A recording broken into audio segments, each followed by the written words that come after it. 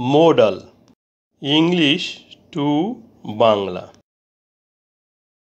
You must come on my birthday.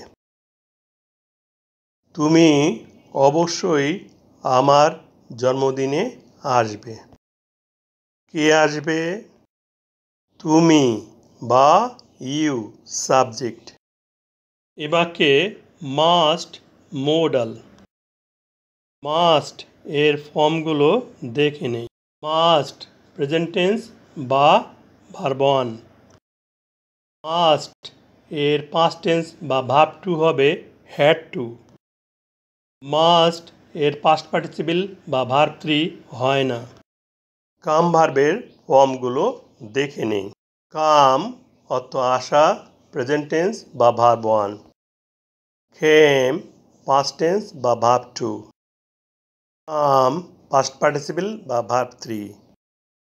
তুমি অবশ্যই আমার জন্মদিনে আসবে। এ বাক্যে বাধ্যবাধকতা প্রকাশ পেয়েছে। বাধ্যবাধকতা বা অব্লিগেশন প্রকাশ করতে মোডাল হিসেবে মাস্ট ব্যবহার করা হয়। মাস্ট কাম অর্থ অবশ্যই আসবে।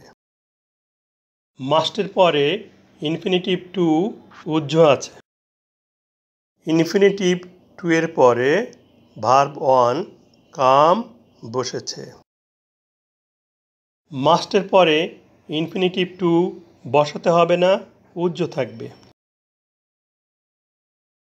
এখন সেন্টেন্সটিকে নেগেটিভ করব। মোডাল ভার্বের পরে নট বসালেই বাক্যটি নেগেটিভ হবে। এ বাক্যে মোডাল আছে মাস্ট, তাহলে মাস্টের পরে নট বসালেই বাক্যটি নেগেটিভ হবে। তুমি অবশ্যই আমার জন্মদিনে আসবে না। নটের জন্য শুধু না যুক্ত হয়েছে। সেন্টেন্সটিকে এবার ইন্ট্রোগেটিভ করব। মোডাল ভার্বটিকে সাবজেক্টের পূর্বে বসালেই বাক্যটি ইন্ট্রোগেটিভ হবে। এ বাক্যে সাবজেক্ট আছে ইউ এবং মাস্ট মোডাল।